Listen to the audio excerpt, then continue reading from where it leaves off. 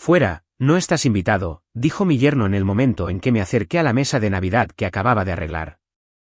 Se quedó allí, orgulloso, con el pecho erguido, mirándome como si fuera un extraño que se había metido desde la calle helada. Lo que parecía olvidar era simple, este comedor estaba dentro de mi casa. No discutí. No levanté la voz. Simplemente dejé la asadera y miré alrededor de la habitación por un momento. Después de 4 años de ver a mi hija y a su esposo tratarme como su cuenta bancaria personal, me di cuenta de algo esa noche.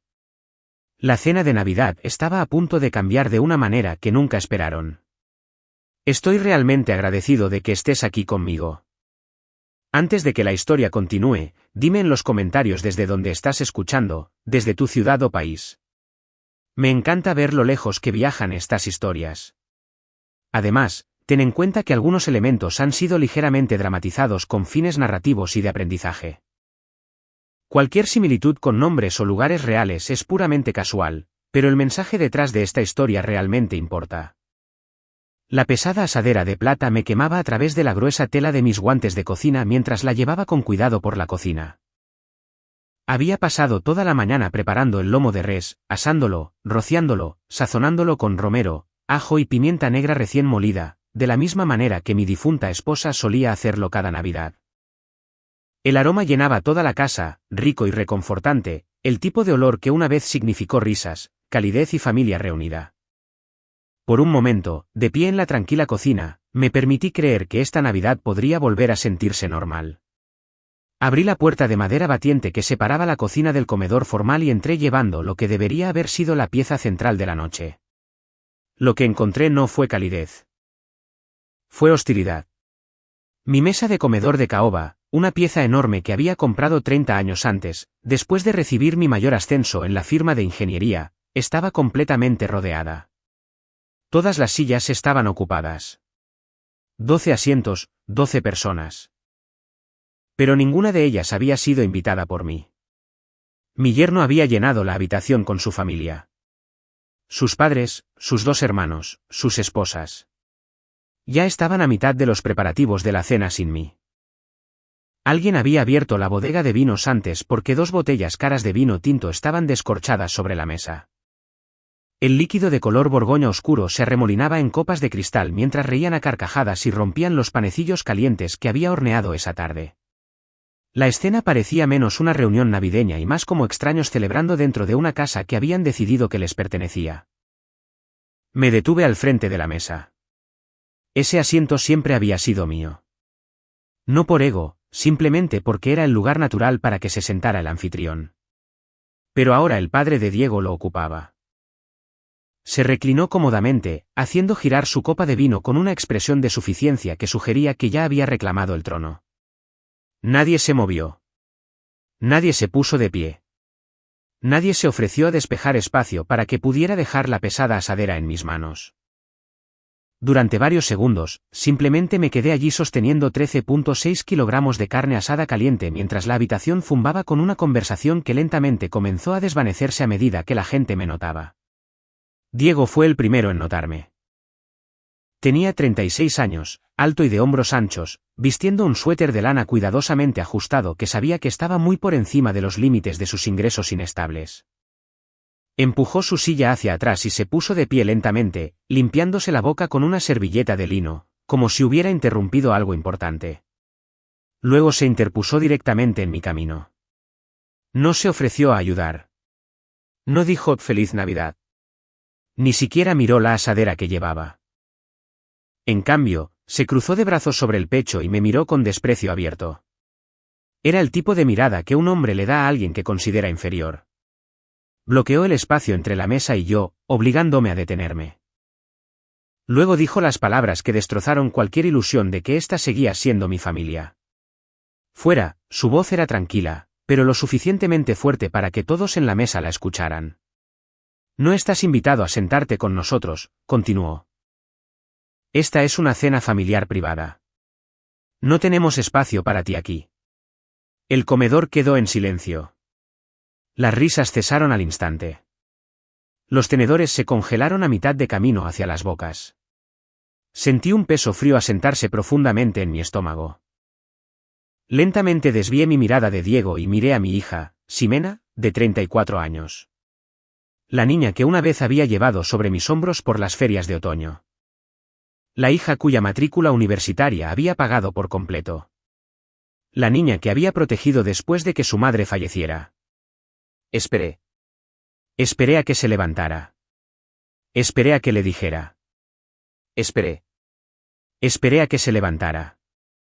Esperé a que le dijera a su esposo que se detuviera. Esperé a que dijera algo, cualquier cosa que reconociera lo que acababa de suceder. Ximena no hizo nada. Mantuvo la cabeza baja, mirando el intrincado patrón de su plato de porcelana, como si de repente se hubiera vuelto fascinante.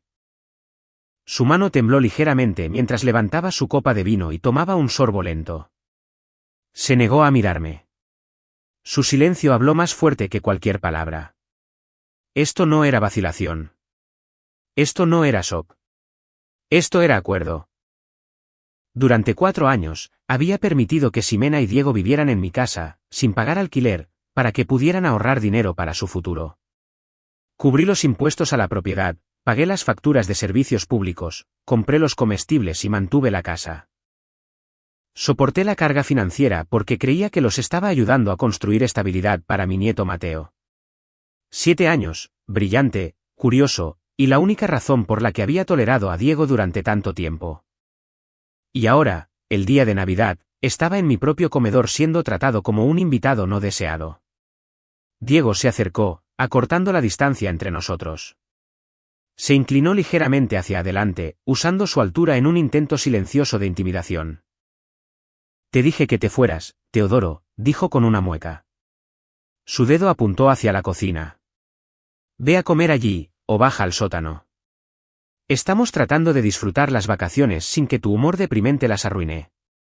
Esperaba que explotara. Lo veía claramente en su expresión. Quería gritos, ira, un colapso. Si reaccionaba emocionalmente, lo usaría. Me señalaría frente a sus padres y afirmaría que era inestable, amargado, perdiendo el control en mi vejez.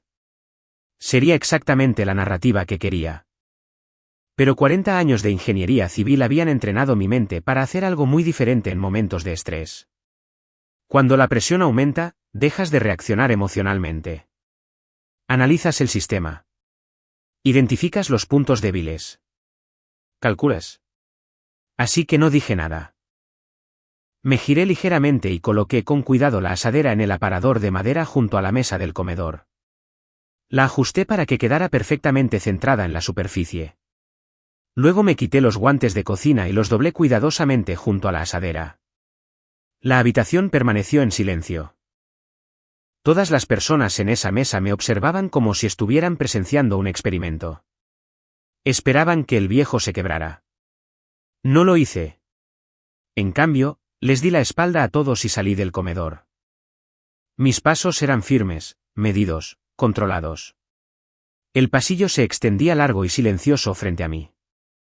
Las paredes estaban forradas con fotografías enmarcadas, coleccionadas durante décadas. Mientras caminaba, pasé una de mi esposa, sosteniendo a Ximena, como una recién nacida, envuelta en una manta de hospital. Pasé otra que mostraba a Ximena sonriendo orgullosamente con su toga de graduación. Cada fotografía representaba un recuerdo construido sobre amor, sacrificio y esperanza. Y con cada paso, sentí que algo dentro de mí se desprendía. La lealtad incondicional que había tenido por mi hija todos estos años comenzó a disolverse. Ella había tomado su decisión. Había elegido a su esposo. Había elegido el silencio. Llegué al final del pasillo donde el gran panel de servicios grises estaba montado en la pared. Como ingeniero, entendía los sistemas mejor que la mayoría de la gente. Toda estructura depende de un soporte crítico. Quita la pieza correcta y todo el sistema colapsa. Abrí la puerta metálica del panel de servicios. Dentro había filas de interruptores cuidadosamente etiquetados que controlaban los circuitos eléctricos de la casa, cocina, sala, dormitorios de arriba, garaje. Los ignoré todos. Mis ojos se centraron en el interruptor masivo posicionado en la parte superior del panel. El interruptor principal. 200 amperios de potencia que alimentaban de electricidad a todas las habitaciones de la casa. Envolví mi mano alrededor de la gruesa palanca de plástico. Por un breve segundo, imaginé el comedor detrás de mí. Las risas. La arrogancia. La certeza de que controlaban la situación. Luego bajé el interruptor. Con fuerza. El fuerte chasquido metálico resonó en el pequeño pasillo. Al instante, toda la casa se sumió en una oscuridad absoluta e impenetrable. Las alegres luces navideñas del árbol fuera de la ventana se apagaron. La cálida lámpara de araña sobre la mesa del comedor se volvió negra. El zumbido del gran refrigerador cesó por completo. Menos de 2 segundos después, estalló el caos. Los gritos aterrorizados de la madre de Diego resonaron desde el comedor. Escuché el sonido agudo de una pesada copa de cristal rompiéndose contra el suelo de madera. Diego comenzó a gritar mi nombre con una voz de pánico y enojo, maldiciendo ruidosamente en la oscuridad mientras presumiblemente chocaba con la pesada mesa de caoba. No me quedé a escuchar sus patéticas quejas. Abrí el armario del pasillo de memoria, agarré mi grueso abrigo de invierno de lana y me lo puse. Me puse mis guantes de conducir de cuero. Abrí la pesada puerta principal de roble y salí a la noche helada y cubierta de nieve. El aire gélido me golpeó la cara y se sintió notablemente limpio. Se sintió como libertad. Cerré la puerta principal detrás de mí, el cerrojo automático se cerró firmemente. Estaban atrapados dentro de una casa fría y oscura con una cena arruinada, y yo finalmente me iba. Conduje con cuidado por las calles cubiertas de nieve de mi tranquilo vecindario suburbano. Las brillantes luces navideñas intermitentes de las casas vecinas se desdibujaron a través de mi parabrisas. No me sentí triste. Sentí una aterradora e inusual sensación de desapego emocional total. Conduje hasta llegar a la carretera comercial en las afueras de la ciudad y me detuve en el estacionamiento iluminado con neón de una fonda abierta las 24 horas. Necesitaba un lugar para sentarme. Necesitaba un lugar para pensar.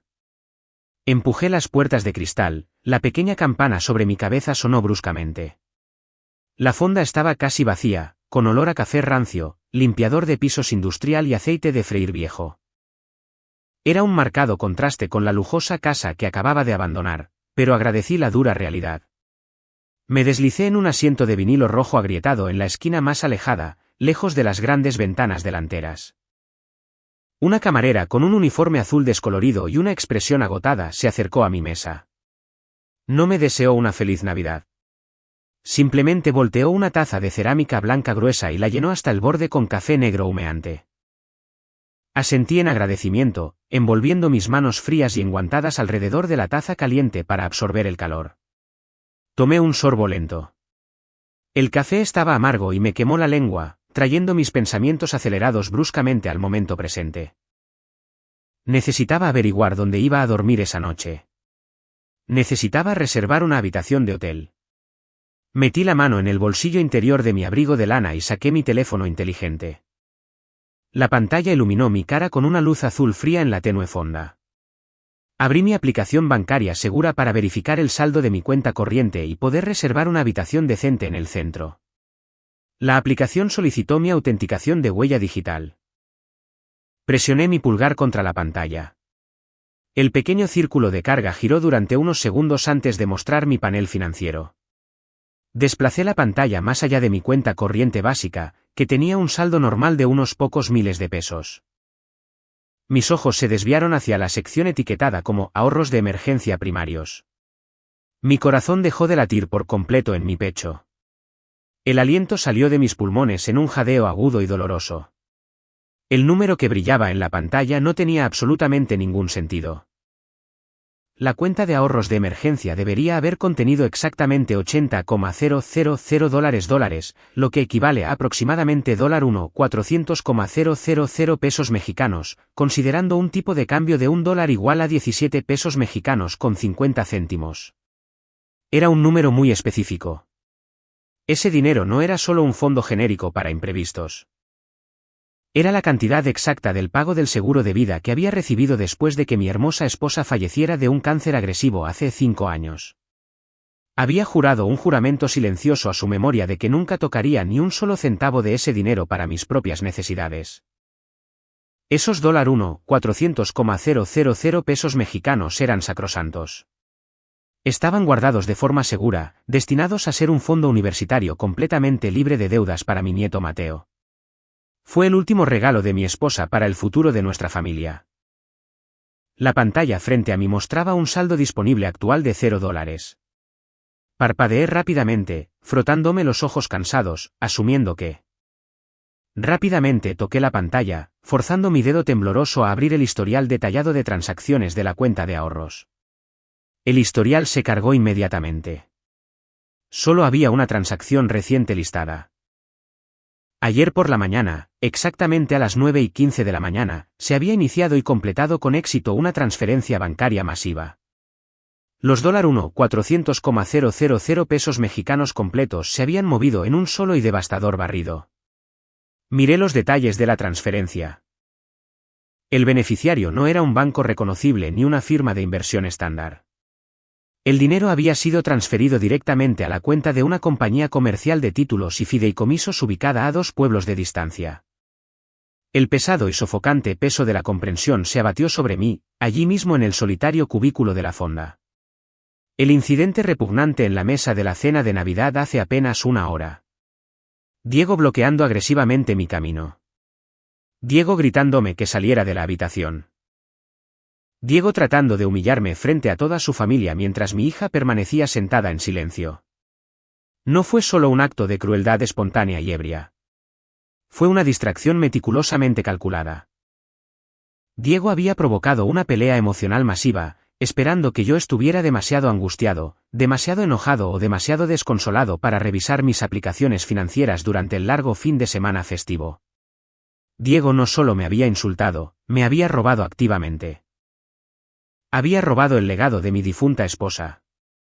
Había robado el futuro de su propio hijo.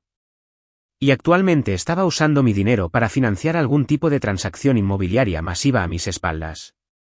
El desalojo navideño fue solo una cortina de humo. La verdadera guerra estaba ocurriendo en las sombras, y mi yerno acababa de disparar el primer tiro. Me quedé perfectamente quieto en el asiento de vinilo, mirando el saldo cero en mi pantalla. El desapego frío que había sentido al cortar la energía de la casa se desvaneció, reemplazado por un aterrador infierno ardiente de rabia absoluta. Diego pensó que estaba tratando con un anciano débil y cansado que simplemente lloraría y aceptaría la derrota. No tenía idea de que acababa de despertar a un monstruo. El juego ya no se trataba de un asiento en una mesa de comedor. El juego se trataba de una destrucción total e intransigente, y me aseguraría de que Diego Reed lo perdiera absolutamente todo. La mañana después de Navidad fue amargamente fría. Había pasado toda la noche sentado en una habitación estéril en un hotel comercial barato en el centro. No dormí ni un solo segundo. Pasé las horas oscuras mirando fijamente el feo techo texturizado mientras mi mente construía sistemáticamente un plan rígido para una retribución absoluta. Exactamente a las 6 en punto de la mañana, salí al aire helado y conduje mi auto hacia el histórico distrito legal de la ciudad. Las calles estaban completamente vacías, cubiertas por una fina y sucia capa de aguanieve gris que quedaba de la tormenta de nieve navideña. El brillante y artificial espíritu navideño que me había asfixiado la noche anterior en mi propia mesa de comedor ahora había desaparecido por completo. Agradecí la desolación de la mañana. Coincidía perfectamente con el paisaje helado y desolado de mi propio corazón. Detuve mi auto en la acera frente a un imponente edificio de ladrillo de 3 pisos. Había ayudado a diseñar la adaptación estructural de este mismo edificio hace 30 años. La placa de latón pulido atornillada a la pesada puerta principal de roble decía, Benito Fuentes y Asociados. Benito había sido mi confidente más cercano y amigo leal durante más de 4 décadas. Habíamos estado el uno al lado del otro a través de matrimonios, los nacimientos de nuestros hijos y los devastadores funerales de nuestras esposas. Pero lo que es más importante, desde mi situación actual, Benito era reconocido como uno de los abogados inmobiliarios más despiadados, brillantes y temidos de todo el estado. Llamé con firmeza al grueso panel de vidrio de la puerta principal. Un momento después, el pesado cerrojo hizo un fuerte clic. Benito estaba en la puerta, vistiendo un grueso suéter de lana gris y sosteniendo una humeante taza de cerámica de café negro. Había abierto su oficina en un día festivo federal únicamente debido al breve y profundamente inquietante mensaje de voz que le había dejado a las 3 de la mañana. No ofreció un alegre saludo navideño. Me miró el rostro exhausto, se hizo a un lado en silencio y me hizo un gesto para que entrara al edificio. El interior de la oficina de Benito olía fuertemente a papel viejo, cuero gastado y café amargo fuerte. Entramos directamente a su sala de conferencias principal, un espacio masivo forrado de piso a techo con pesados e intimidantes libros de leyes. Me quité mi pesado abrigo de invierno y me senté en una silla de cuero de respaldo alto al final de la larga mesa de caoba. Benito se sentó directamente frente a mí, dejando su taza de café con un suave golpe. Me miró directamente a los ojos y me indicó que comenzara desde el principio. No le hice perder el tiempo con quejas emocionales o historias lacrimógenas. No lloré por la patética cobardía de mi hija o la intensa humillación que sufrí en la mesa de la cena. Hablé con la precisión mecánica y el desapego intransigente de un ingeniero civil senior que informa de una falla estructural catastrófica. Le conté sobre cómo revisé mi aplicación bancaria en la fonda. Le conté sobre los $400,000 pesos mexicanos completamente desaparecidos de mi cuenta de ahorros de emergencia. Le expliqué claramente que esto no era solo dinero extra. Era el pago del seguro de vida del dinero sagrado de mi difunta esposa, completamente destinado a garantizar una educación universitaria libre de deudas para mi joven nieto. Detallé la hora, fecha y números de ruta exactos de la transferencia bancaria no autorizada a la compañía de fideicomisos desconocida. Benito escuchó atentamente cada palabra sin interrumpirme una sola vez. Mientras exponía los hechos crudos, observé cómo su postura física se transformaba por completo. El comportamiento relajado y cómodo de un viejo amigo desapareció por completo. Sus hombros se cuadraron, sus ojos se endurecieron como el acero frío y su mandíbula se tensó firmemente. Estaba cambiando rápidamente a un estado de agresión legal absoluta. Cuando finalmente terminé de hablar, Benito permaneció perfectamente en silencio por un largo momento, golpeando su dedo índice rítmicamente contra la madera pulida de la mesa de conferencias. Se inclinó hacia adelante y declaró que las principales instituciones bancarias no autorizan transferencias bancarias de $400,000 pesos mexicanos basándose en una simple llamada telefónica o una contraseña digital robada. Explicó que tenía que haber un mecanismo legal fundamental masivo ya establecido, algo que permitiera a Diego mover esa cantidad de riqueza sin activar alertas federales de fraude inmediatas. Necesitábamos encontrar la fuente exacta de esa autoridad legal. Benito se levantó abruptamente y caminó hacia su gran escritorio ejecutivo situado en el extremo de la habitación. Encendió su sofisticado sistema informático de doble monitor. Acerqué mi silla, sentándome justo a su lado mientras las brillantes pantallas iluminaban su rostro profundamente concentrado. La gran oficina estaba en completo silencio, excepto por el rápido y agresivo clic de su teclado. Benito eludió las puertas de enlace públicas estándar de Internet y se conectó directamente al portal digital altamente seguro y restringido de la División de Registros de Propiedad y del Secretario del Condado. Escribió mi nombre legal completo, mi número de seguridad social y la dirección exacta de mi propiedad. Me dijo que estábamos buscando cualquier documento oficial presentado a mi nombre en los últimos 90 días. El motor de búsqueda de la base de datos giró durante lo que pareció una eternidad agonizante. Mi corazón latía fuertemente contra mis costillas, resonando en mis oídos.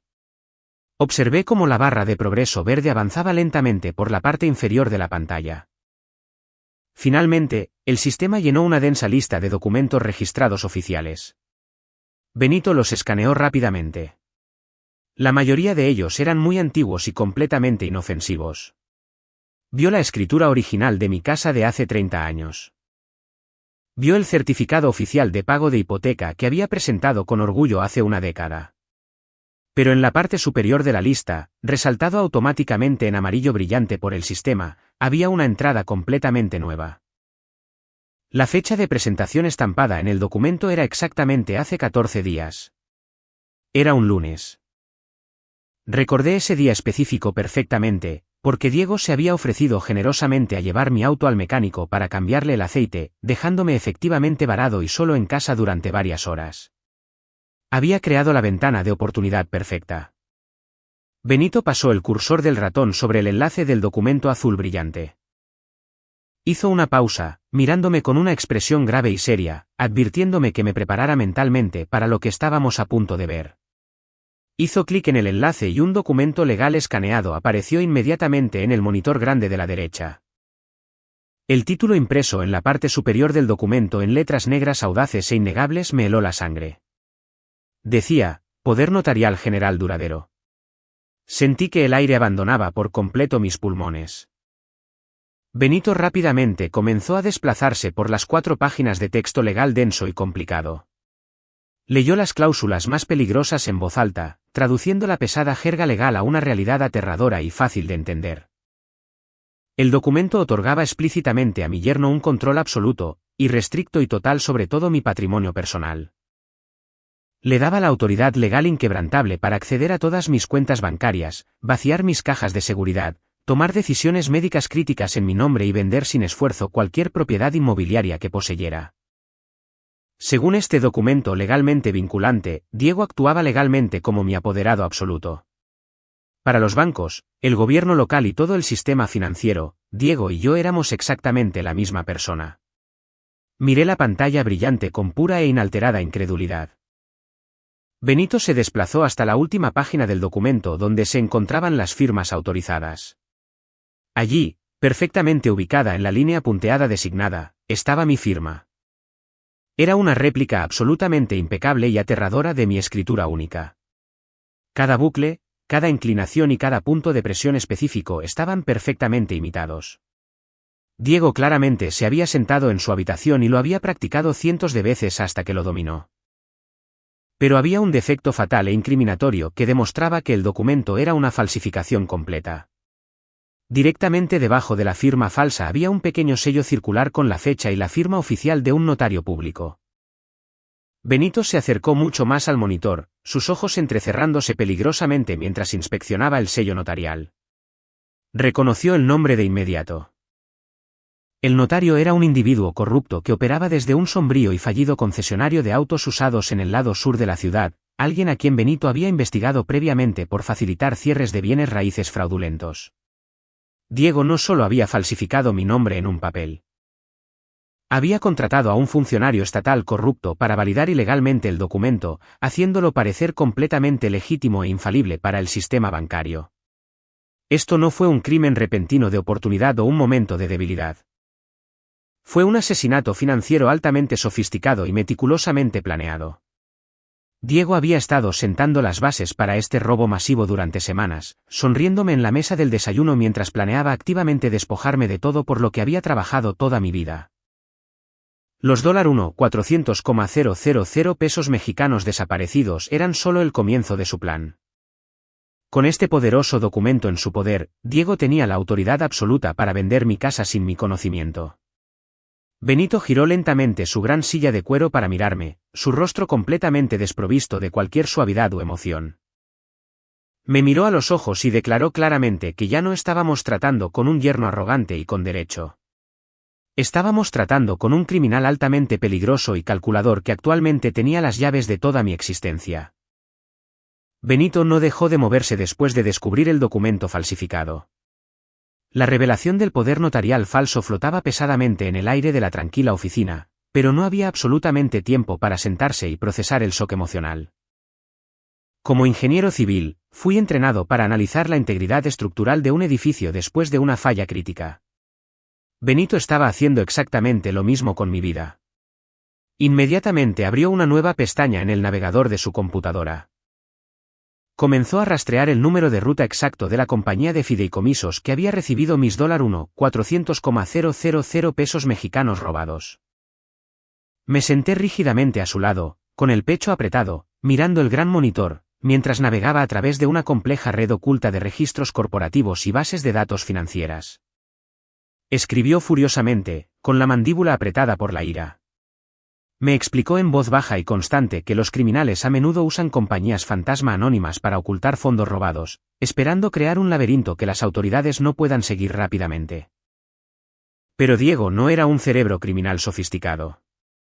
Diego era un aficionado arrogante y codicioso que realmente creía que era más inteligente que todo el sistema legal. Benito accedió al registro oficial de empresas del Estado y realizó una búsqueda exhaustiva del nombre de la compañía de fideicomisos que figuraba en mi extracto bancario. En cuestión de segundos, el sistema dio un resultado directo. La compañía era completamente legítima. Era una firma de corretaje de alto perfil que manejaba principalmente transacciones inmobiliarias multimillonarias en el área de 5 estrellas del distrito financiero del centro. Benito luego inició sesión en una base de datos inmobiliaria especializada altamente segura que... Señaló con un dedo firme la pantalla y me dijo que acabábamos de encontrar exactamente a dónde había ido el fondo universitario robado de mi nieto. Me incliné hacia adelante y miré las vívidas fotografías de alta definición que dominaban la mitad superior de la pantalla. Era un condominio de lujo masivo, increíblemente moderno, ubicado en el rascacielos más caro y exclusivo del distrito comercial del centro. Las imágenes mostraban enormes ventanales de piso a techo, un balcón privado envolvente con vistas a todo el horizonte de la ciudad, una cocina de mármol blanco impecable y pisos de madera personalizados. Era el tipo exacto de propiedad opulenta que Teodoro Chávez y los ejecutivos corporativos de élite compraban para mostrar su inmensa riqueza. Leí cuidadosamente el precio de venta impreso en negritas en la parte superior de la página web. Era de $1.2 millones, lo que equivale a aproximadamente $21,000,000 pesos mexicanos, considerando un tipo de cambio de $1 igual a 17 pesos mexicanos con 50 céntimos. Mi mente analítica luchaba por comprender las matemáticas básicas de lo que estaba viendo. Diego era un gerente de marketing de nivel medio. Conducía un auto arrendado. Se quejaba constantemente del costo de los comestibles. Apenas podía pagar sus propias facturas básicas de tarjetas de crédito sin pedirle constantemente a mi hija que me rogara un préstamo temporal. No tenía absolutamente ninguna capacidad financiera para comprar una propiedad de $1 millón, ni ningún banco legítimo lo aprobaría para una hipoteca de ese tamaño masivo. Benito se desplazó hacia abajo hasta las notas confidenciales del corredor adjuntas en la parte inferior del listado. Me las leyó en voz alta, su voz goteando de puro y no adulterado disgusto. Las notas internas confirmaron que se recibió un depósito en efectivo de exactamente $80,000, es decir, $400,000 pesos mexicanos, ayer por la mañana como pago de arras. Este pago se realizó específicamente para asegurar el condominio e inmediatamente retirarlo del mercado público. El comprador principal figuraba como Diego Reed. Diego había robado el dinero sagrado del seguro de vida que mi difunta esposa había dejado y lo usó inmediatamente como pago inicial para comprarse un estilo de vida millonario. Pero un depósito de $400,000 pesos mexicanos era solo una pequeña fracción del precio total de compra. Diego todavía necesitaba más de $1 millón en efectivo puro para cerrar el trato y tomar posesión física del condominio de lujo. Miré a Benito completamente desconcertado por la magnitud de la mecánica financiera y le pregunté cómo planeaba Diego asegurar el resto de los fondos masivos. Benito no me respondió de inmediato. Sus ojos se oscurecieron con una aterradora comprensión. Volvió a su teclado de computadora, sus dedos volando por las teclas con una intensidad renovada, casi violenta. Benito abrió otro portal esta vez, iniciando sesión directamente en la base de datos del registro de impuestos a la propiedad municipal y escrituras. Escribió la dirección exacta de mi propia casa, la hermosa casa de 4 habitaciones que había construido con mis propias manos hace 40 años. Presionó el botón de búsqueda con un fuerte golpe de su dedo. La pantalla se actualizó instantáneamente mostrando los registros fiscales oficiales y el estado legal actual de mi propiedad residencial. Una pancarta roja brillante se extendía completamente por la parte superior de mi archivo de propiedad. La pancarta decía venta pendiente. Sentí que la sangre se me escurría por completo de la cara. Mi estómago se retorció en un nudo doloroso y nauseabundo que me dificultaba respirar. Benito hizo clic en la pancarta roja para abrir el contrato de venta comercial adjunto. El documento digital se cargó lentamente revelando una transacción inmobiliaria masiva y legalmente vinculante. Mi casa familiar no se estaba vendiendo a otra familia joven que buscaba construir una vida. Se estaba vendiendo a una firma de desarrollo corporativo masiva y agresiva que se especializaba en comprar propiedades antiguas, demolerlas por completo y construir casas adosadas de lujo de alta densidad en su lugar. Miré con absoluto horror paralizante el precio de compra que figuraba en la segunda página del contrato, $800,000 lo que equivale a aproximadamente $14,000,000 pesos mexicanos. El comprador corporativo estaba pagando completamente en efectivo líquido para acelerar el proceso. Y la persona que figuraba como vendedor autorizado, utilizando el poder notarial falsificado para eludir por completo mi conocimiento y consentimiento legal, era Diego. Literalmente había vendido mi casa familiar. Había vendido el lugar sagrado donde mi esposa y yo habíamos criado a nuestra única hija. Había vendido la sala de estar donde celebramos innumerables cumpleaños, el patio trasero donde le enseñé a mi nieto a lanzar una pelota de béisbol, las mismas paredes que guardaban cada precioso recuerdo de toda mi vida adulta. Lo había vendido todo a una corporación sin alma y sin rostro para ser despiadadamente arrasado hasta el suelo. La ciudad era un lugar donde las piezas del rompecabezas finalmente encajaron en mi mente, creando una imagen de pura maldad. Diego estaba usando el pago en efectivo de $14,000,000 pesos mexicanos de la venta de mi casa para financiar el saldo restante de su condominio de lujo en el centro. Planeaba dejarme completamente sin hogar, robarme todo mi patrimonio neto y vivir como un rey en una torre de cristal usando mi dinero. La magnitud de su traición era casi imposible de procesar. Benito se desplazó en silencio hasta la parte inferior del contrato de venta comercial, buscando las fechas de ejecución acordadas. Dejó de desplazarse y resaltó una sola línea de texto en azul brillante.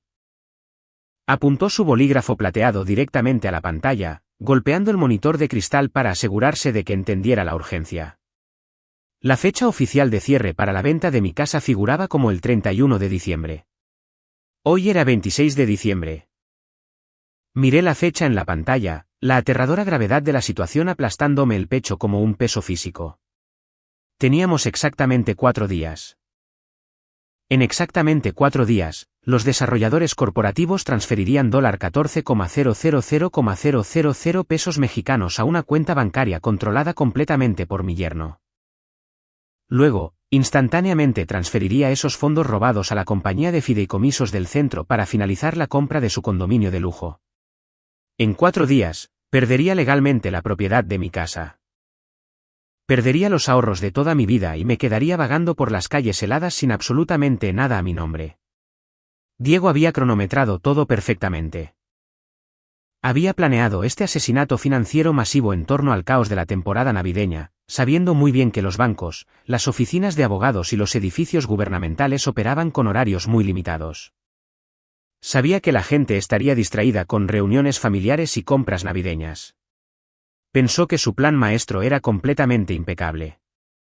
Pensó que había atrapado con éxito a un anciano débil e indefenso que estaría demasiado confundido y desconsolado para contraatacar. Pero Diego cometió un error de cálculo crítico y fatal en su gran diseño, me dejó vivo. Aparté la vista del monitor de la computadora y miré directamente a los ojos de mi amigo más antiguo. Ya no sentía miedo. El shock inicial y el profundo dolor emocional se habían quemado por completo, dejando solo una fría, absoluta e inquebrantable determinación. Le dije a Benito que teníamos 4 días para construir una trampa de la que Diego nunca podría escapar. El viaje de regreso a mi vecindario se sintió completamente diferente al escape de la noche anterior. Ya no era un padre confundido y desconsolado que huía de una cena navideña arruinada. Era un hombre que regresaba a una zona de guerra activa, llevando la certeza absoluta de la destrucción de mi enemigo. Detuve mi auto en la entrada de mi propiedad. Las brillantes luces de seguridad exteriores brillaban contra el oscuro cielo invernal. El cálido y acogedor resplandor de las lámparas de la sala se derramaba sobre la gruesa capa de nieve en el césped delantero. Diego obviamente había encontrado el panel principal de interruptores y había restaurado la energía eléctrica de la casa poco después de mi partida. La casa parecía perfectamente normal, desde el exterior una imagen de tranquila paz suburbana. Pero sabía que los cimientos estaban completamente infectados de podredumbre. Apagué el motor y me senté en el auto frío por un largo momento, controlando mi respiración y forzando a mi corazón acelerado a desacelerar. Tenía que interpretar perfectamente el papel del anciano derrotado. Tenía que hacerles creer que su plan maestro estaba funcionando impecablemente para que no entraran en pánico y cambiaran su cronograma. Agarré las llaves de mi casa, subí lentamente los escalones delanteros y abrí la pesada puerta de roble. El aire cálido del pasillo me golpeó la cara, trayendo el olor rancio y persistente a vino tinto derramado y carne asada fría de la desastrosa cena. La casa estaba inquietantemente silenciosa, un marcado contraste con los gritos que había dejado atrás. Me quité mi pesado abrigo de invierno y lo colgué con cuidado en su gancho designado en el armario de la entrada. No llamé para anunciar mi llegada. No quería hablar con nadie. Simplemente comencé a caminar hacia la cocina para tomar un vaso de agua, esperando deslizarme a mi habitación sin ser notado. Ni siquiera pasé el amplio arco de la sala antes de que Diego saliera de las sombras de la escalera. Claramente me había estado esperando. Llevaba una camisa de vestir blanca impecable y pantalones oscuros a medida, luciendo increíblemente engreído y seguro de sí mismo. Se paró directamente en el centro del pasillo, cruzando sus brazos musculosos sobre el pecho, adoptando la misma postura físicamente intimidante que había usado la noche anterior en la mesa del comedor. Pero esta vez, no había una audiencia de familiares extendidos para quienes actuar. Éramos solo nosotros dos de pie en la casa tranquila. Diego no perdió el tiempo con cumplidos o disculpas falsas. Se acercó a mí, invadiendo agresivamente mi espacio personal. Apuntó un dedo largo y acusador directamente a mi pecho. Me dijo que mi pequeño truco eléctrico de la noche anterior había arruinado por completo la experiencia navideña de su madre. Dijo que sus padres se habían visto obligados a salir de la casa temprano porque las habitaciones estaban heladas, y estaba absolutamente furioso por la profunda vergüenza que le había causado. Lo miré con una expresión en blanco e indescifrable, como un niño, dejando que mi silencio se extendiera para incomodarlo. Mi total falta de respuesta verbal solo alimentó su arrogante ira. Diego se inclinó, acercando su rostro a centímetros del mío, y bajó la voz a un susurro vicioso y profundamente amenazante. Me dijo que claramente estaba perdiendo la cabeza en mi vejez. Dijo que mi memoria estaba fallando rápidamente y que mi comportamiento errático se estaba volviendo completamente peligroso para la seguridad de su familia. Me prometió que si alguna vez intentaba otro truco patético como cortar la energía nuevamente, haría una sola llamada telefónica a una junta médica estatal. Amenazó con hacerme declarar legalmente incompetente por un médico corrupto de su elección. Sonrió con una sonrisa cruel y fría y me dijo que ya había elegido una instalación de enfermería de bajos ingresos financiada por el Estado a 2 pueblos de distancia. La describió con brutal detalle como un lugar miserable donde cierran las pesadas puertas de metal desde el exterior e ignoran a los pacientes ancianos durante horas. Dijo que me dejaría en la recepción, firmaría los papeles de admisión y nunca más me visitaría por el resto de mi vida. Diego quería desesperadamente una pelea. Quería que gritara, que negara ruidosamente sus aterradoras acusaciones o que se derrumbara llorando y le rogara que no me encerrara en una instalación médica. Estaba tratando activamente de fabricar un historial documentado de inestabilidad mental para justificar fácilmente el poder notarial falsificado que ya estaba usando para robarme toda mi vida. Sabía exactamente qué juego retorcido estaba jugando, y me negué por completo a participar en su trampa. No parpadeé. No mostré ni una pizca de miedo o vacilación. Simplemente desvié mi mirada ligeramente hacia la derecha, mirando directamente más allá de su ancha espalda por el largo pasillo. La puerta interior que conducía al garaje adjunto para 2 autos estaba completamente abierta. Las luces fluorescentes brillantes dentro del garaje brillaban intensamente. Apiladas ordenadamente contra la pared de concreto del fondo había docenas de cajas de mudanza de cartón marrón de alta resistencia. Varias de ellas ya estaban selladas herméticamente con cinta de embalaje transparente y gruesa. Pude ver claramente mi propia letra en el costado de un gran contenedor de almacenamiento de plástico azul que estaba junto a la creciente pared de cajas. Era el contenedor específico que contenía la frágil colección de porcelana de mi difunta esposa y mis viejos libros de texto de la Universidad de Ingeniería. Diego no solo planeaba en secreto vender la casa el 31 de diciembre. Estaba empacando activamente toda mi vida física en cajas de cartón mientras yo estaba fuera de casa reuniéndome con mi abogado. Estaba borrando meticulosamente mi presencia de la propiedad, preparándose para tirar mis preciosos recuerdos a una unidad de almacenamiento de alquiler barata o a un contenedor de basura, en el momento exacto en que los desarrolladores corporativos transfirieran los $14,000 pesos mexicanos a su cuenta bancaria robada. La audacia asombrosa de sus acciones era casi difícil de comprender. Realmente pensó que yo estaba completamente ajeno a la trampa masiva que se cerraba a mi alrededor. Lentamente volví a mirar los ojos oscuros de Diego. Le di un débil, cansado y profundamente sumiso asentimiento, interpretando perfectamente el papel de un anciano roto y exhausto que finalmente se había rendido a un depredador mucho más fuerte. Diego sonrió ampliamente, visiblemente satisfecho con su victoria percibida sobre mí, y se hizo a un lado para dejarme pasar por el pasillo. Caminé lentamente junto a él hacia la cocina, mi corazón latiendo contra mis costillas con una furia fría y altamente controlada. Cuando llegué a la isla de mármol de la cocina, escuché pasos suaves y apresurados que venían detrás de mí. Me di la vuelta y vi a mi hija Ximena. Sus ojos estaban rojos brillantes e hinchados por horas de llanto. Se veía terrible y agotada, vestía un suéter gris demasiado grande y sostenía un pañuelo blanco arrugado en sus manos temblorosas. Miró rápidamente por encima del hombro hacia el pasillo para asegurarse de que Diego ya no estuviera allí escuchando antes de acercarse mucho a mí. Ella extendió la mano y... La cálida cocina de repente se sintió helada. El último vestigio de esperanza incondicional que tenía por mi hija se convirtió instantáneamente en cenizas y se desvaneció. Ximena no era una víctima inocente e ingenua, mantenida completamente en la oscuridad por un esposo cruel y manipulador. Ella sabía sobre el masivo trato inmobiliario. Puede que no supiera específicamente sobre la firma falsificada en los documentos legales o el dinero robado del seguro de vida.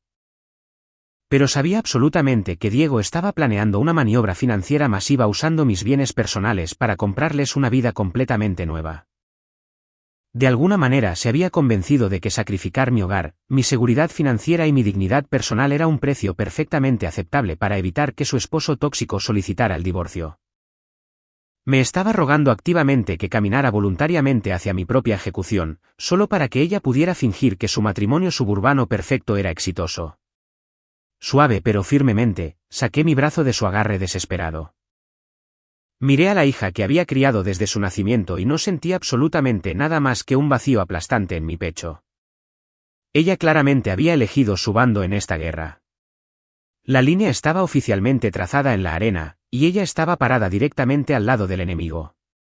Me di cuenta en ese momento devastador que ya no podía simplemente castigar a Diego por sus crímenes. Si realmente iba a proteger a mi nieto inocente y asegurar lo que quedaba de mi legado, tenía que destruirlos a ambos por completo. No dormí por segunda noche consecutiva. En el momento exacto en que el pálido y helado sol comenzó a salir sobre la tranquila ciudad cubierta de nieve.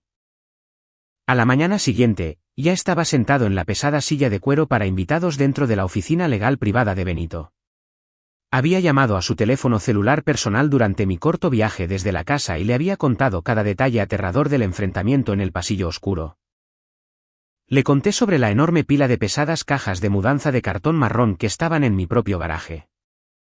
Describí el contenedor de almacenamiento de plástico azul específico que contenía la frágil colección de porcelana de mi difunta esposa, una colección que Diego estaba preparando descuidadamente para tirar. Lo más doloroso, le conté sobre las patéticas y desesperadas lágrimas de mi propia hija, mientras ella me rogaba activamente que simplemente entregara toda mi vida y mi dignidad personal a su esposo. Le conté cómo Ximena había elegido proteger su matrimonio fallido por encima de mi seguridad. Benito estaba absolutamente furioso cuando terminé la historia. Su rostro estaba enrojecido con un rojo intenso y enojado que contrastaba fuertemente con su cabello gris. Caminó violentamente de un lado a otro por toda la longitud de su gran oficina, sus caros zapatos de vestir de cuero chirriando fuertemente contra el pulido suelo de madera. Ya no actuaba como un abogado inmobiliario tranquilo, sereno y profesional. Actuaba como un hermano ferozmente protector, preparándose para una pelea física viciosa. De repente dejó de caminar, se acercó a su gran escritorio de caoba y golpeó ambas manos contra la suave madera. Me miró directamente a los ojos y declaró con voz retumbante que iríamos a la comisaría de policía local en este mismo instante. Afirmó en voz alta que conocía personalmente al oficial al mando de la unidad de delitos financieros, un hombre con el que había trabajado durante más de 20 años, y que podríamos arrestar a Diego por falsificación y abuso de ancianos antes de que los bancos locales abrieran sus puertas ese día. Benito agarró agresivamente su pesado abrigo de invierno del perchero de latón en la esquina y me ordenó que me levantara de la silla. Quería congelar instantáneamente la cuenta de fideicomiso del centro, cancelar por completo la venta comercial pendiente de mi casa y arrojar a Diego a una fría celda de detención de concreto de inmediato. Creía firmemente que desplegar una fuerza legal rápida, abrumadora e inmediata era la única forma aceptable de protegerme de la masiva amenaza financiera que se cernía sobre mi cabeza. No moví ni un solo músculo. Permanecí sentado perfectamente quieto en la silla de cuero, con las manos apoyadas tranquilamente en mi regazo. Miré a mi amigo más antiguo y querido y le dije suavemente que guardara su abrigo y se sentara de nuevo. Benito me miró en estado de shock absoluto, sosteniendo su grueso abrigo de invierno, suspendido en el aire, completamente incapaz de comprender por qué una víctima de fraude masivo se negaba abiertamente a ir a la policía. Respiré lenta y profundamente para calmar mi corazón acelerado y expliqué cuidadosamente el defecto fatal y catastrófico de su agresivo plan. Hablé con la precisión fría, calculada y completamente desapegada de un ingeniero civil senior que diagnostica una debilidad estructural oculta en un puente de concreto masivo. Le expliqué que si íbamos a los detectives de la policía local en este momento, Diego absolutamente no enfrentaría la destrucción total e intransigente que merecía con razón. Era un joven de aspecto adinerado, de habla suave y altamente manipulador, sin antecedentes penales previos. En el momento en que la policía llamara a su puerta, contrataría inmediatamente a un abogado defensor astuto y afirmaría con confianza que toda la situación era simplemente un malentendido familiar masivo y desafortunado. Mentiría audazmente a los investigadores y diría que yo había firmado voluntaria y conscientemente el poder notarial hace varios meses y simplemente lo había olvidado debido a mi edad avanzada. La parte más repugnante de la realidad era que mi propia hija Ximena probablemente se presentaría en un tribunal público y testificaría falsamente bajo juramento que yo sufría de una grave pérdida de memoria y demencia, validando la amenaza exacta que Diego me había susurrado en el pasillo. El fiscal del condado local miraría la increíblemente complicada dinámica familiar emocional y probablemente le ofrecería a Diego un acuerdo de culpabilidad muy generoso y discreto para evitar un largo juicio público. En última instancia, recibiría una patética palmada en la muñeca. Recibiría unos pocos años de libertad condicional básica, completaría algún servicio comunitario menor en una organización benéfica local y quedaría completamente libre. Permanecería cómodamente casado con mi hija. Seguiría viviendo en mi casa y simplemente esperaría en las sombras hasta que encontrara otra forma más segura de robar mi dinero. Miré a Benito directamente a los ojos y le dije que me negaba rotundamente a dejar que este parásito escapara con una pequeña inconveniencia. No quería simplemente detener la venta corporativa de mi casa. Quería que Diego caminara con confianza directamente hacia una trampa federal masiva e ineludible de la que nunca podría recuperarse. Quería que cometiera un crimen financiero masivo e irreversible que conllevara una larga pena de prisión obligatoria. Expliqué mi plan maestro. Si intencionalmente lo dejábamos finalizar la venta comercial el 31 de diciembre, en el momento exacto en que autorizara la transferencia electrónica de $14,000,000 pesos mexicanos. A través de las líneas bancarias estatales, utilizando un documento completamente falsificado, el crimen escalaría automáticamente de falsificación del condado local a fraude electrónico federal masivo. No quería que los agentes de policía locales llamaran a su puerta.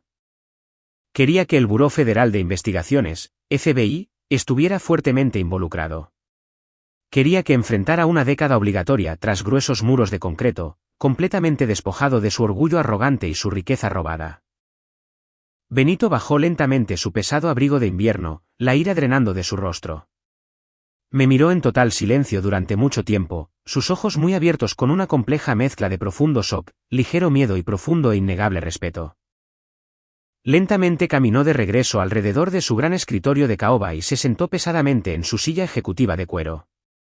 El amigo protector y enojado desapareció por completo de su postura, y el abogado despiadado, brillante y altamente calculador regresó a la superficie. Asintió con la cabeza en un silencio total y completo acuerdo. Entendió exactamente qué tipo de máquina estaba construyendo. Ya no estábamos simplemente jugando a la defensiva para proteger mis activos de jubilación, estábamos diseñando meticulosamente una ejecución financiera impecable y devastadora. Benito hizo crujir sus nudillos ruidosamente y acercó su gran teclado de computadora al borde del escritorio. Me dijo que si realmente íbamos a dejar que Diego llevara la masiva venta de la casa hasta la fecha de cierre final de las vacaciones, necesitábamos despojarlo secreta y completamente de su armadura legal sin que él se diera cuenta de que de repente era vulnerable. Benito abrió una plantilla de documento legal en blanco altamente segura en el monitor derecho de su computadora. Comenzó a escribir rápidamente, redactando el arma silenciosa definitiva de nuestra represalia. Era una revocación oficial legalmente vinculante de poder notarial. Esta única pieza de papel estaba perfectamente diseñada para ser una contramedida letal e invisible. Benito explicó cuidadosamente la compleja mecánica legal mientras sus dedos volaban agresivamente por el teclado mecánico. Este nuevo documento terminaría explícitamente, completa y permanentemente la autoridad falsificada que Diego había presentado ilegalmente ante el secretario del condado hace 2 semanas.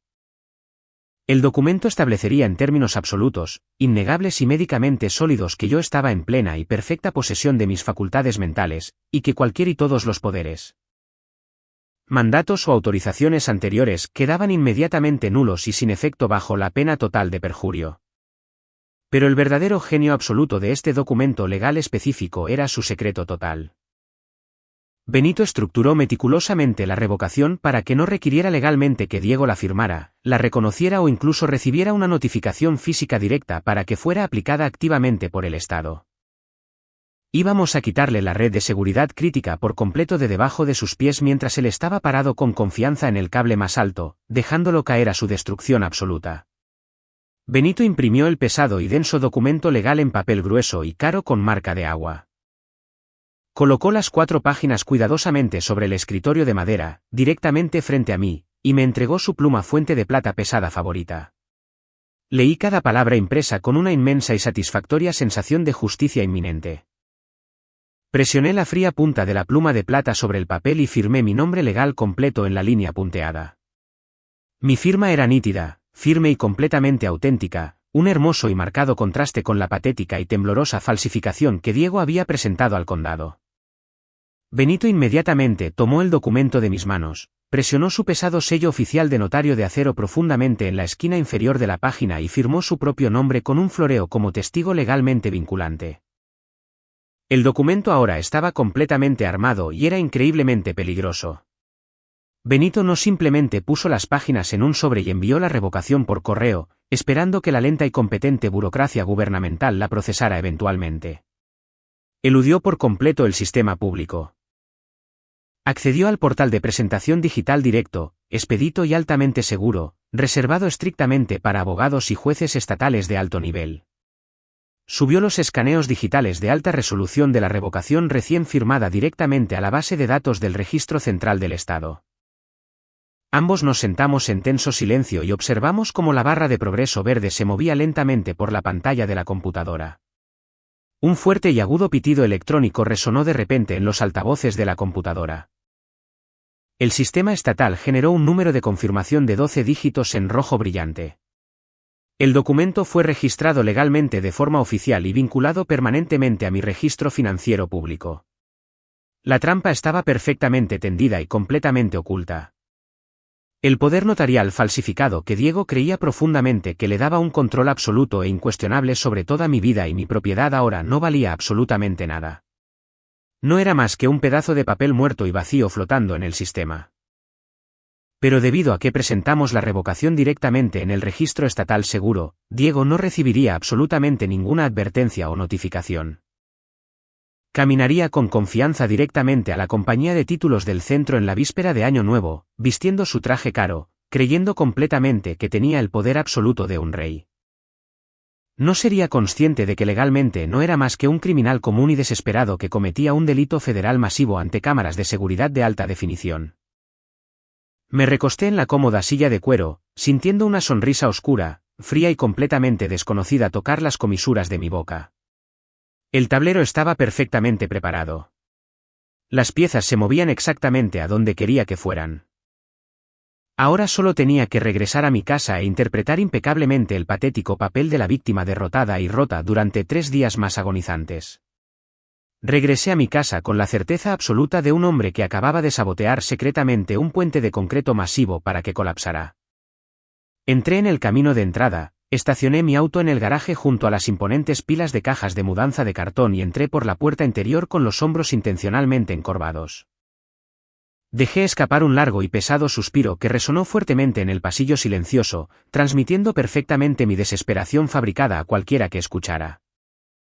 Subí directamente las escaleras alfombradas a mi dormitorio principal, asegurándome de que mis pasos sonaran increíblemente pesados, lentos y completamente cansados.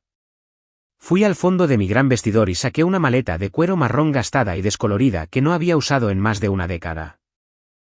La cargué como si pesara 45 kilogramos, la coloqué suavemente en el centro de mi gran cama y la abrí con manos visiblemente temblorosas. Caminé hacia mi pesado tocador de roble y comencé a sacar suéteres de invierno gruesos, camisas de algodón lisas y algunos pares de pantalones sencillos. Los doblé lenta y deliberadamente, actuando como un hombre cuyo espíritu y voluntad de vivir habían sido completamente aplastados hasta convertirse en polvo fino. Me aseguré absolutamente de que la puerta del dormitorio permaneciera completamente abierta al pasillo. Necesitaba una audiencia cautiva para esta patética actuación. Necesitaba que mi yerno pasara por esa puerta y viera con sus propios ojos que sus crueles amenazas de la noche anterior habían roto con éxito mi resistencia. Empaqué una pequeña cartera de cuero gastada. No tardó mucho en que el depredador oliera la sangre en el agua. En 20 minutos, escuché los pasos arrogantes y pesados de mi yerno, marchando por el pasillo de arriba. Diego se detuvo directamente en la puerta abierta de mi dormitorio. No levanté la vista de mi tarea. Mantuve mis ojos fijos en la maleta marrón descolorida, alisando lenta y metódicamente las arrugas de un suéter de lana gris. Escuché el tintineo nítido y distintivo de los cubitos de hielo contra el cristal pesado. Diego estaba bebiendo tranquilamente un gran vaso de mi whisky escocés de malta más caro y añejo, celebrando abiertamente su retorcida victoria en medio de la tarde. Se apoyó cómodamente contra el marco de madera de la puerta, tomó un sorbo lento y muy exagerado del licor robado, y soltó una risa oscura y burlona. Me dijo que estaba realmente contento de ver que finalmente había decidido ser razonable y aceptar la dura realidad de mi situación. Afirmó que mi decisión de empezar a empacar temprano era muy madura, ignorando por completo el hecho horrible de que me estaba obligando a salir de mi propia casa bajo la amenaza de ser encerrado en una sala médica segura. Tomó otro trago largo del caro whisky escocés y sugirió arrogantemente que solo empacara mis necesidades básicas. Me recordó con una sonrisa cruel y fría en sus labios que la instalación estatal de bajos ingresos que había seleccionado para mí tenía un espacio de armario extremadamente limitado.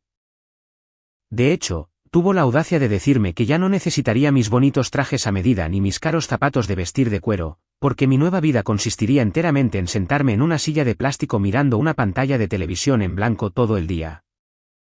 Forcé mis manos a temblar ligeramente mientras colocaba otra camisa doblada en la maleta. Le dije que lo entendía perfectamente. Mantuve mi voz débil, completamente desprovista de ira, resentimiento o resistencia. Diego sonrió ampliamente, con una sonrisa profundamente depredadora, completamente intoxicado por su poder percibido sobre toda mi existencia. De repente, el nítido y melódico timbre de la puerta principal resonó fuertemente por toda la casa. Diego enderezó inmediatamente su postura, su sonrisa engreída se transformó rápidamente en una mirada de seria y agresiva confianza en los negocios. Rápidamente se tragó el resto del caro whisky escocés, colocó el vaso de cristal vacío descuidadamente en mi antigua mesa de consola del pasillo y prácticamente corrió escaleras abajo para abrir la puerta. Dejé de fingir que empacaba la maleta. Salí en silencio de mi dormitorio y me quedé en las sombras oscuras en la parte superior de la escalera de madera, mirando directamente hacia el vestíbulo delantero brillantemente iluminado. Diego abrió la pesada puerta principal de roble para revelar a 3 hombres vestidos con trajes de negocios impecables y meticulosamente confeccionados y gruesos abrigos de lana negra. Eran los desarrolladores inmobiliarios corporativos. No parecían hombres a los que les importaran los preciosos recuerdos familiares o la hermosa arquitectura suburbana. Parecían depredadores financieros fríos y altamente eficientes buscando su próxima comida rentable.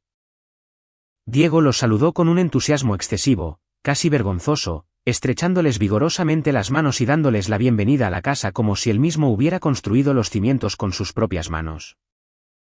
Los invitó ruidosamente a hacer un recorrido final y completo por toda la propiedad antes de la fecha de cierre de las vacaciones que se acercaba rápidamente. El desarrollador principal, un hombre alto con cabello plateado liso y una expresión completamente seria, entró al vestíbulo e inmediatamente comenzó a señalar las paredes interiores. No admiró la carpintería personalizada ni las costosas lámparas importadas que había instalado para mi difunta esposa. Se volvió hacia sus jóvenes asociados y comenzó a discutir casualmente qué paredes estructurales de carga debían ser demolidas primero. Habló en voz alta sobre arrancar los enormes y antiguos robles del jardín delantero para hacer espacio para un estacionamiento pavimentado de concreto para la nueva construcción. Estaban diseccionando sin piedad mi amada casa familiar justo delante de mis ojos. Tratando el trabajo de toda mi vida como nada más que un molesto obstáculo físico que se interponía en el camino de su nuevo proyecto de casas adosadas de lujo de alta densidad. Me quedé perfectamente quieto en las sombras del pasillo superior, controlando cuidadosamente mi respiración, observando la repugnante exhibición de codicia corporativa desenfrenada que ocurría en mi propia sala de estar. Diego caminó de cerca junto al desarrollador principal, respondiendo ansiosamente todas sus preguntas estructurales y asintiendo repetidamente con la cabeza como un perro obediente y desesperado. Después de 20 agonizantes minutos de medir agresivamente las habitaciones de abajo, golpear el panel de yeso y tomar fotografías digitales brillantes de la propiedad, el grupo regresó al vestíbulo principal justo al pie de las escaleras. El desarrollador principal sacó una gruesa cartera de cuero negro de su caro maletín. Miró directamente a Diego y declaró con voz fuerte y muy autoritaria que las inspecciones físicas de la propiedad estaban completamente terminadas y eran totalmente satisfactorias para su junta corporativa. Confirmó que su departamento legal de compras había revisado con éxito todos los documentos necesarios que Diego había proporcionado a principios de esa semana. El desarrollador desconocía por completo que el poder notarial en el que se basaban en gran medida para ejecutar esta transacción masiva ahora era legalmente nulo y sin valor. El desarrollador de cabello plateado extendió su mano derecha hacia mi yerno. Declaró, articulando claramente cada palabra, que el precio total de compra acordado de $800, $000 en efectivo líquido, es decir, $14,000,000 pesos mexicanos. Sería transferido electrónicamente directamente a la cuenta de fideicomiso especificada de Diego exactamente a las 9 de la mañana del 31 de diciembre. Diego extendió ansiosamente la mano y agarró la del hombre, estrechándola firmemente con ambas manos. Diego sonrió tan ampliamente que pensé que se le rompería la mandíbula. Agradeció efusivamente al desarrollador, prácticamente vibrando con una anticipación codiciosa e incontrolable. Acababa de confirmar verbalmente la hora exacta, la fecha exacta y el mecanismo financiero exacto de su propia destrucción absoluta. Observé a los tres desarrolladores darse la vuelta, salir por la puerta principal y alejarse por la calle en sus caros vehículos de lujo negros. Diego cerró el pesado cerrojo detrás de ellos, se dio la vuelta para mirar el pasillo vacío y bombeó agresivamente su puño en el aire, celebrando en silencio su masivo y robado día de pago navideño. Realmente pensó que acababa de robar con éxito $14,000,000 pesos mexicanos y había asegurado permanentemente su nueva vida en un ático de lujo de $1 millón en el centro. No tenía absolutamente ninguna idea de que acababa de estrechar la mano con fuerza en un cargo federal masivo de fraude electrónico que conllevaba una década obligatoria en una celda de prisión de concreto. Me di la vuelta en silencio y regresé a mi dormitorio principal. Miré la patética maleta marrón que estaba sobre mi colchón. No necesitaba doblar otra camisa ni empacar otra maleta. La ilusión cuidadosamente elaborada de mi completa rendición era absolutamente impecable. La trampa estaba perfectamente cebada. El criminal arrogante había tomado ansiosamente un bocado masivo, y todo lo que tenía que hacer ahora era esperar pacientemente a que las mandíbulas de acero se cerraran violentamente. Esperé hasta la tarde, cuando la casa estaba completamente dominada por los ruidosos y desagradables sonidos de un partido de fútbol americano profesional que salía del televisor de la sala. Diego estaba tendido en el gran sofá que les había comprado, completamente absorto en el juego, gritando agresivamente a la pantalla, con una botella fresca de cerveza importada en la mano. Usé su distracción para salir sigilosamente por la pesada puerta trasera de madera. Caminé en silencio por el oscuro callejón cubierto de nieve, corriendo detrás de nuestra calle suburbana, mis botas crujiendo suavemente contra el hielo congelado. Entré en mi auto, que había estacionado a propósito a 2 cuadras de mi propiedad esa tarde. No podía arriesgarme a que Diego mirara por la ventana, viera mi vehículo saliendo del camino de entrada y sospechara de mis movimientos durante mi supuesto periodo de tranquila rendición. 48 horas antes, justo después de que Benito y yo descubriéramos el listado del condominio de lujo de $1 millón en la computadora de su oficina, había ido a un banco local completamente separado donde mantenía una pequeña cuenta corriente privada. Había retirado varios miles de pesos en efectivo no rastreable. Usé ese dinero para contratar inmediatamente a un investigador privado altamente recomendado e increíblemente discreto. Necesitaba saber exactamente qué estaba haciendo Diego en esa masiva propiedad del centro. Conduje lentamente por las calles heladas de la ciudad, navegando cuidadosamente hacia un estacionamiento de concreto tenuemente iluminado y completamente vacío ubicado en el extremo este del distrito financiero comercial. El aire dentro de la estructura era helado, y las gruesas paredes de concreto resonaban con el zumbido bajo y distante del tráfico de la ciudad. Un sedán gris oscuro estaba estacionado en la esquina trasera del segundo nivel, completamente escondido de la vista de la calle principal. Me acerqué lentamente y estacioné mi auto directamente al lado, manteniendo mis faros apagados. Un hombre alto con un abrigo de lana oscuro salió del sedán y rápidamente se deslizó en el asiento del pasajero de mi auto. Su nombre era Lorenzo.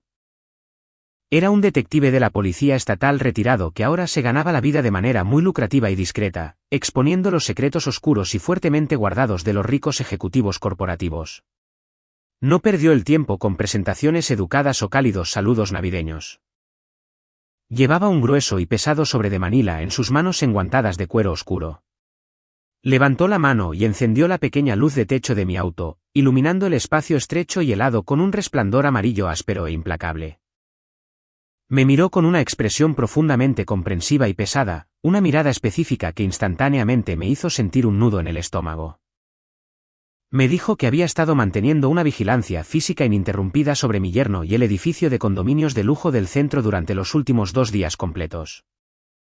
Respiró lentamente y me advirtió que me preparara mentalmente antes de abrir el paquete. Antes de revelar lo que había dentro de ese sobre, comenta el número 7 a continuación, para que sepa que todavía estás aquí conmigo en esta historia. Tu apoyo significa más de lo que crees. Y solo una nota rápida, partes de la siguiente sección incluyen elementos dramatizados creados para la narración y la reflexión.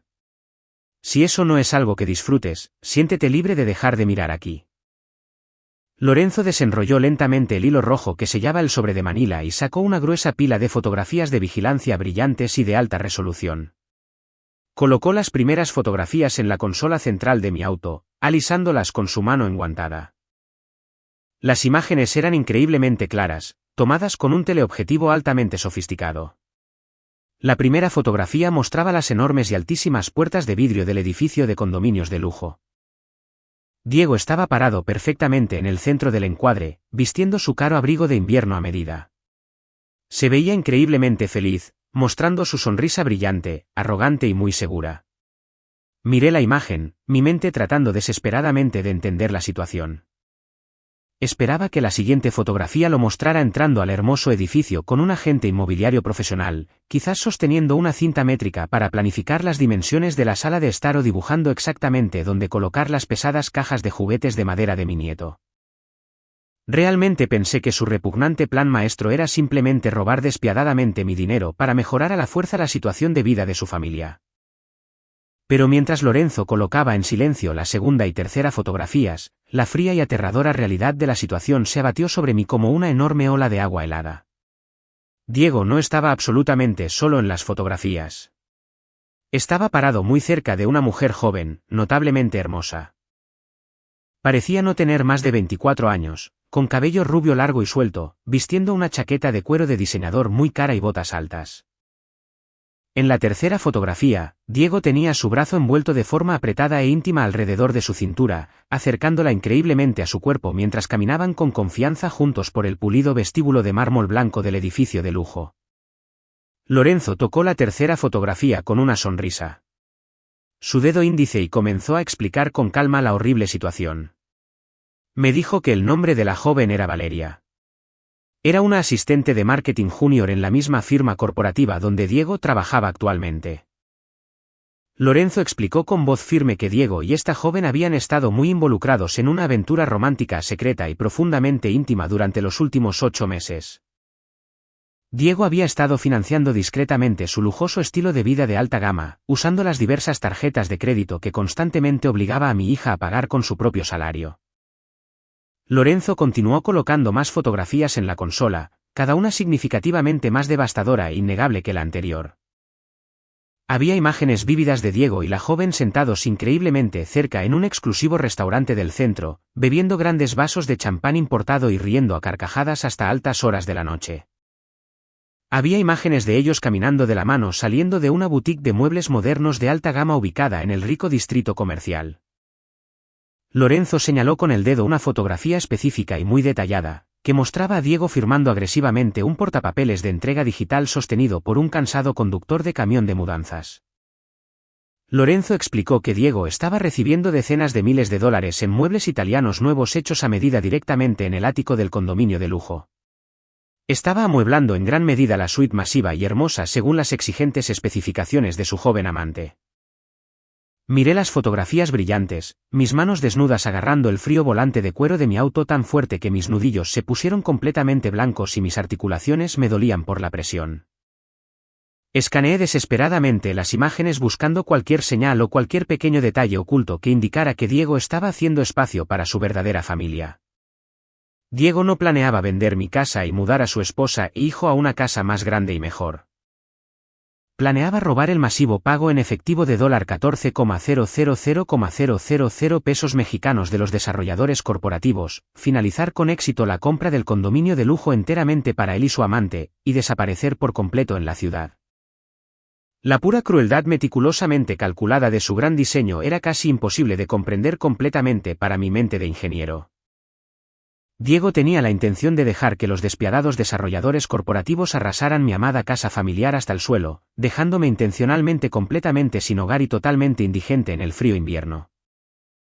Pero también tenía la intención de abandonar por completo a su propia esposa leal y a su hijo inocente sin un solo centavo a su nombre.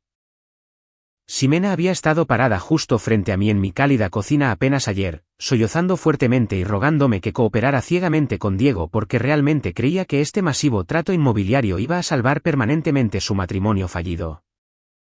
Estaba completamente ciega al hecho aterrador de que su esposo la estaba usando activamente como un escudo humano desechable mientras él construía meticulosamente su lujosa cápsula de escape. Iba a dejarla parada completamente sola en la nieve el día de Año Nuevo, sin absolutamente nada más que un corazón destrozado y una montaña de deudas impagas. Sentí una oleada profunda, poderosa y completamente absorbente de pura adrenalina inundar mis venas, reemplazando por completo el shock frío con una furia ardiente e inquebrantable. Recogí cuidadosamente la gran pila de fotografías brillantes, las coloqué suavemente de nuevo dentro del pesado sobre de Manila y envolví de forma segura el hilo rojo alrededor del broche de papel. Metí la mano en el bolsillo de mi abrigo, le entregué a Lorenzo el saldo restante de su pago en billetes gruesos y le agradecí sinceramente su increíble y vital trabajo. Él simplemente asintió con la cabeza, salió de mi auto y desapareció por completo en las sombras oscuras del estacionamiento de concreto. Me senté completamente solo en el vehículo silencioso durante mucho tiempo, apoyando mi mano pesadamente en el grueso sobre de Manila que estaba en el asiento del pasajero. Ahora tenía el arma definitiva. Estas fotografías eran la munición letal e innegable que necesitaba para destruir por completo la patética ilusión del matrimonio perfecto de Diego y aplastar absolutamente su espíritu arrogante justo delante de mi hija. La evidencia era irrefutable, pero mi mente me recordó rápidamente la realidad crítica e increíblemente peligrosa de la detonación prematura. Si regresaba a la casa ahora mismo, abría la puerta principal de una patada y arrojaba violentamente estas fotografías brillantes sobre la mesa de café de la sala, la masiva explosión emocional descarrilaría instantáneamente toda la operación legal. Diego entraría en pánico por completo. Cancelaría inmediatamente la venta comercial de la casa. Escondería por completo mis $400,000 pesos mexicanos robados en cuentas offshore no rastreables. Y evitaría por completo cometer el fraude electrónico federal masivo que específicamente conllevaba la década obligatoria en una celda de prisión de concreto. Tenía que mantener mi silencio absoluto y agonizante. Tenía que regresar a mi casa, cruzar la puerta principal, mirar directamente a los ojos del monstruo arrogante que estaba planeando activamente destruir a toda mi familia y no decir absolutamente nada para delatar mi conocimiento. Tenía que sostener esta arma devastadora fuertemente contra mi pecho y cronometrar la explosión perfectamente. Tenía que asegurarme de que los agentes federales, los gerentes de banco y mi hija completamente destrozada fueran testigos de su destrucción completa e ineludible en el mismo momento aterrador la mañana del 31 de diciembre.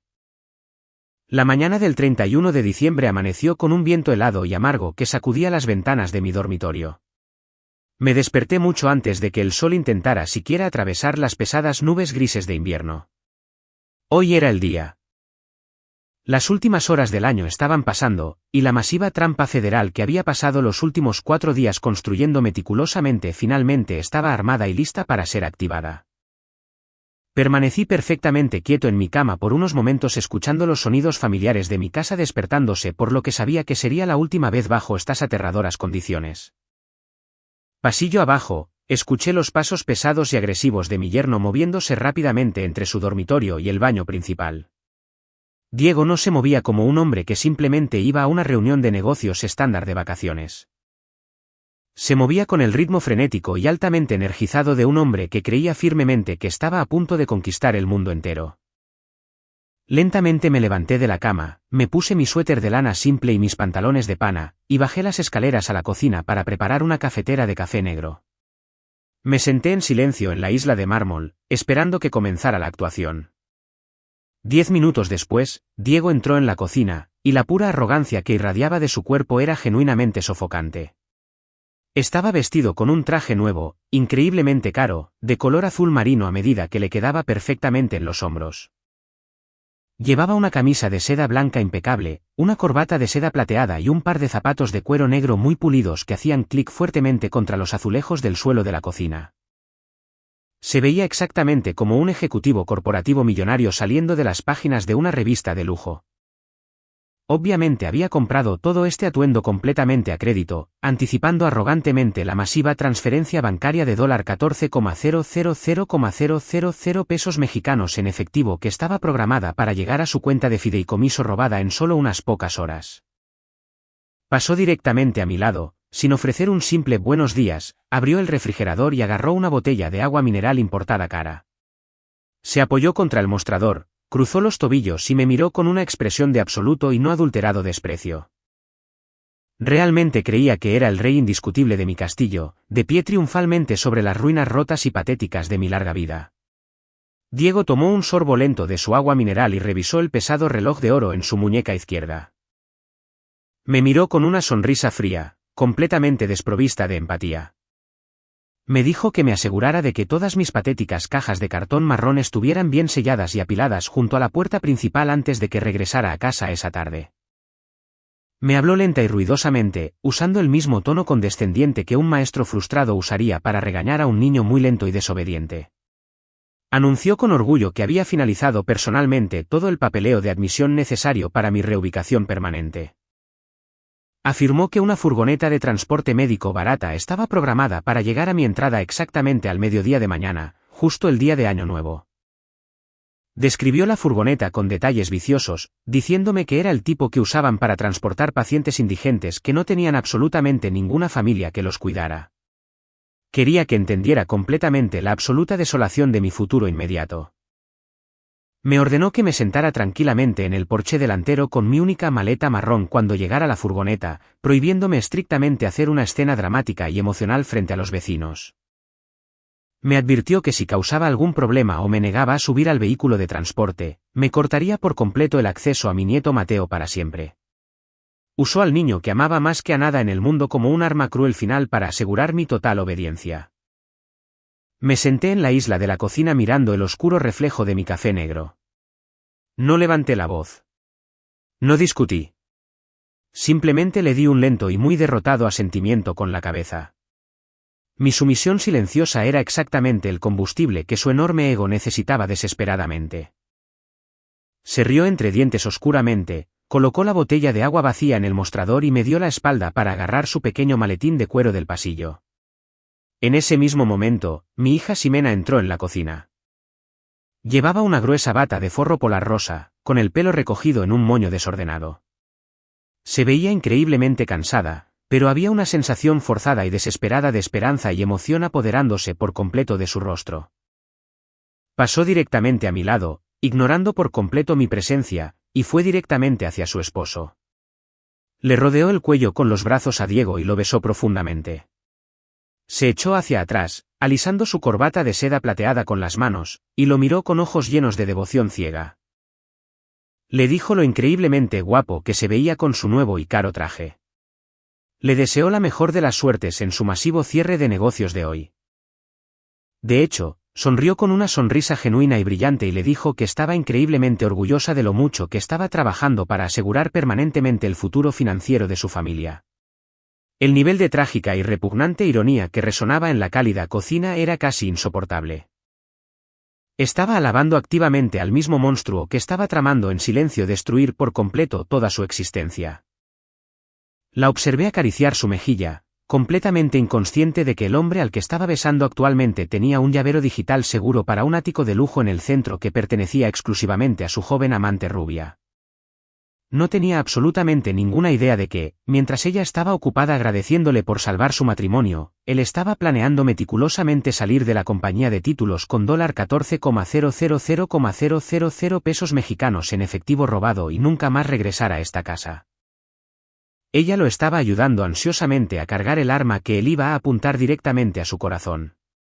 Diego le devolvió la sonrisa, una actuación impecable, encantadora y completamente aterradora.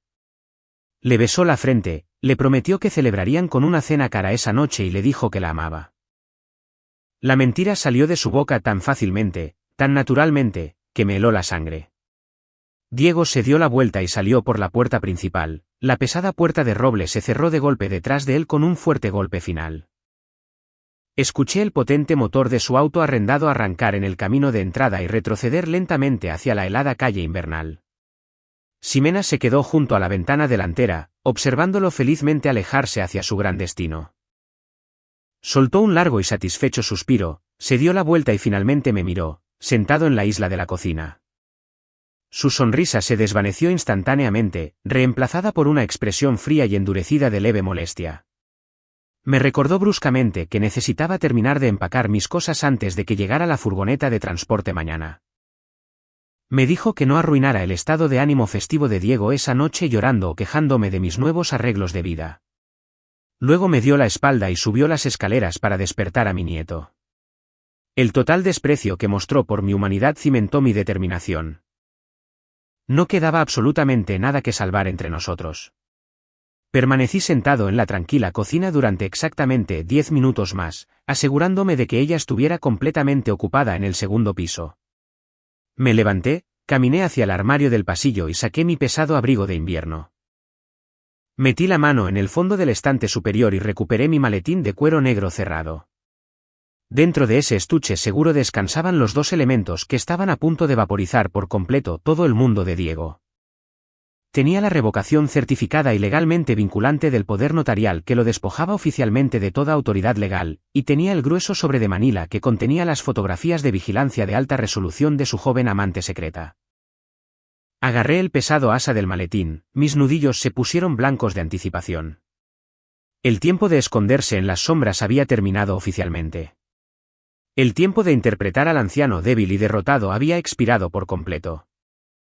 Salí por la puerta principal, al aire helado de la mañana, caminando rápidamente hacia mi auto estacionado calle abajo. Diego estaba conduciendo hacia el centro para reclamar su fortuna robada, completamente inconsciente de que yo ya me estaba moviendo para interceptarlo en el banco.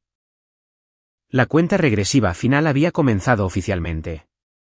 Conduje directamente desde mi tranquila casa suburbana hasta la masiva sede de vidrio y acero del Banco Regional Principal, ubicada en el corazón del distrito financiero. El aire de la mañana era helado, azotando ferozmente las calles de la ciudad, pero el sistema de calefacción dentro de mi auto se sentía completamente irrelevante en comparación con el calor ardiente que irradiaba mi pecho. Benito ya estaba parado en los anchos escalones de concreto esperándome cuando llegué al estacionamiento de visitantes. Llevaba un traje de lana gris carbón oscuro, un grueso maletín de cuero y proyectaba el aura intensa de un hombre que iba a una guerra legal absoluta. No intercambiamos ni una sola palabra de saludo cortés. Un simple y firme asentimiento con la cabeza fue todo lo necesario entre nosotros. Caminamos juntos por las pesadas puertas giratorias de vidrio y pasamos por completo las largas filas de clientes comunes que esperaban pacientemente en las ventanillas. Benito mostró sus credenciales oficiales de la barra de abogados del Estado al guardia de seguridad armado que estaba cerca de los ascensores y exigió acceso inmediato e ininterrumpido al gerente de la sucursal. Mientras caminábamos rápidamente por el tranquilo pasillo alfombrado de la suite ejecutiva, mi mente se aceleró y me vino a la mente mi yerno. Justo en este momento exacto, Diego sin duda estaba entrando en el lujoso vestíbulo de la compañía de títulos del centro. Podía imaginarlo fácilmente estrechando la mano de la recepcionista, quitándose arrogantemente su caro abrigo de invierno a medida y sentándose en una silla de cuero suave con una taza de café gourmet de cortesía. Estaba completamente convencido de que estaba a solo unas pocas firmas de convertirse en un hombre muy rico. Realmente pensó que la línea de meta estaba completamente despejada y sin vigilancia. No tenía absolutamente ninguna idea de que Benito y yo estábamos entrando en una oficina bancaria altamente segura al otro lado de la ciudad para detonar por completo el puente por el que estaba caminando. Entramos en la gran oficina de la esquina de la gerente del banco, una mujer de aspecto severo llamada Sara, quien inmediatamente reconoció a Benito de casos anteriores de litigios inmobiliarios de alto perfil. Nos pidió que nos sentáramos claramente, sintiendo la intensa e inquebrantable gravedad que habíamos traído a su habitación. Me senté en la firme silla de cuero para invitados, justo frente a su amplio escritorio de caoba, y coloqué mi maletín negro cerrado de forma segura en mi regazo. Benito no se molestó en sentarse. Se puso de pie, colocó ambas manos firmemente en el borde de su escritorio de madera y exigió la atención absoluta de la habitación. Le dijo a Sara con voz fría e intransigente que estábamos enfrentando una situación de fraude masivo que involucraba a un cliente de su banco y una transacción inmobiliaria de $14,000,000 pesos mexicanos.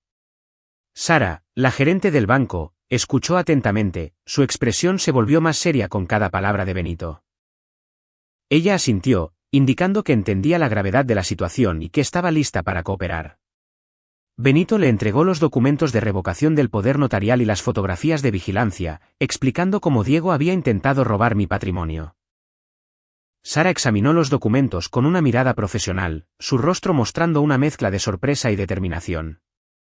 Ella aseguró que el banco tomaría las medidas necesarias para detener la transacción fraudulenta y cooperar plenamente con las autoridades federales. La trampa estaba a punto de cerrarse.